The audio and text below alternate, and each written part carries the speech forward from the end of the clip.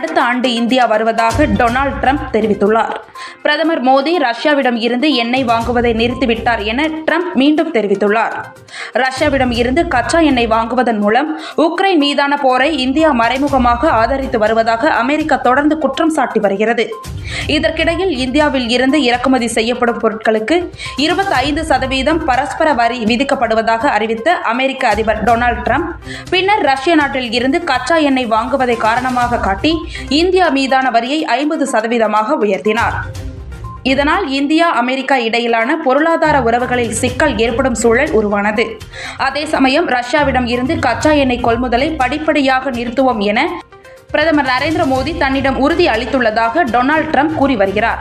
இந்த விவகாரம் குறித்து பிரதமர் மோடி விளக்கமளிக்க வேண்டும் என காங்கிரஸ் எம்பி ராகுல் காந்தி உள்ளிட்ட பல்வேறு எதிர்க்கட்சி தலைவர்கள் கடுமையாக விமர்சித்து வருகின்றனர். இந்த நிலையில் ரஷ்யாவிடம் இருந்து எண்ணெய் வாங்குவதை மோடி நிறுத்திவிட்டார் என்று ட்ரம்ப் மீண்டும் கூறியுள்ளார். இது தொடர்பாக ஓவல் அலுவலகத்தில் செய்தியாளர்களிடம் பேசிய போது, இந்தியாவுடனான நமது பேச்சுவார்த்தைகள் நல்ல முறையில் சென்று கொண்டிருக்கின்றன. பிரதமர் மோடி ரஷ்யாவிடம் இருந்து எண்ணெய் வாங்குவதை நிறுத்திவிட்டார் என்பது நல்ல விஷயம். என்னை அவர் இந்தியாவிற்கு வருமாறு அழைத்தார். நான் அடுத்த வருடம் இந்தியாவிற்கு செல்ல திட்டமிட்டுள்ளேன்.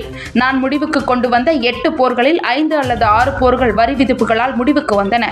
உதாரணமாக 2 அணு ஆயுத நாடுகளான இந்தியாவும் பாகிஸ்தானும் மோதலில் ஈடுபட்டுக் கொண்டிருந்தனர். 8 விமானங்கள் சுட்டு வீழ்த்தப்பட்டன. அவர்களிடம் நீங்கள் சண்டையை நிறுத்திவிட்டால் நான் உங்கள் மீது வரி விதிப்பேன் என்று சொன்னேன். 24 மணி நேரத்திற்குள் நான் போரை முடித்து வைத்தேன். வரி விதிப்பு இல்லை என்றால் அந்த போரை என்னால் நிறுத்தி இருக்க முடியாது. வரிகள் ஒரு சிறந்த தேசிய பாதுகாப்பு முறை. இவ்வாறு ட்ரம்ப் தெரிவித்துள்ளார்.